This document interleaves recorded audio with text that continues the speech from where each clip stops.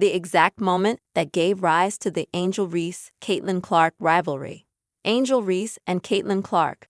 Two names so popular you don't even have to be a sports fan to know who we're talking about.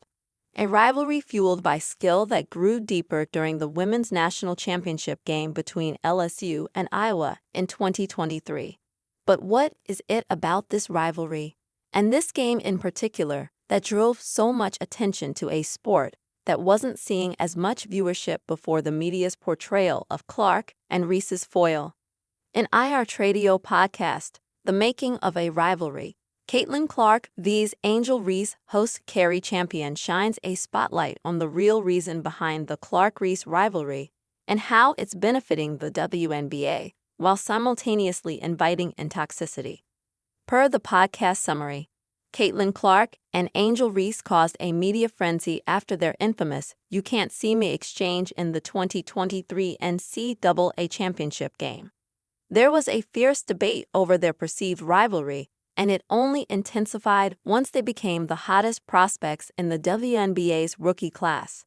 The media's fixation on their so-called rivalry has been fueled by the same gender and racial bias that has haunted women's sports for generations. And now that Clark and Reese have brought thousands of new fans to the sport, is it safe to say that this storyline is what the WNBA needed? In this week's episode, Champion zooms in on the Women's National Championship game between LSU and Iowa to discuss the most significant moments and their cultural impact on history and women's basketball as a whole. Through interviews with Jamel Hill, Flaja Johnson, Chinny Ogwumike, Sabrina Merchant, Ryan Ruocco, and Terica Foster-Brasby, Chapman highlights the media's portrayal of the players and the ongoing conversations around race and gender in sports, drawing attention to moments that occurred during the exact game that started the talents' rivalry.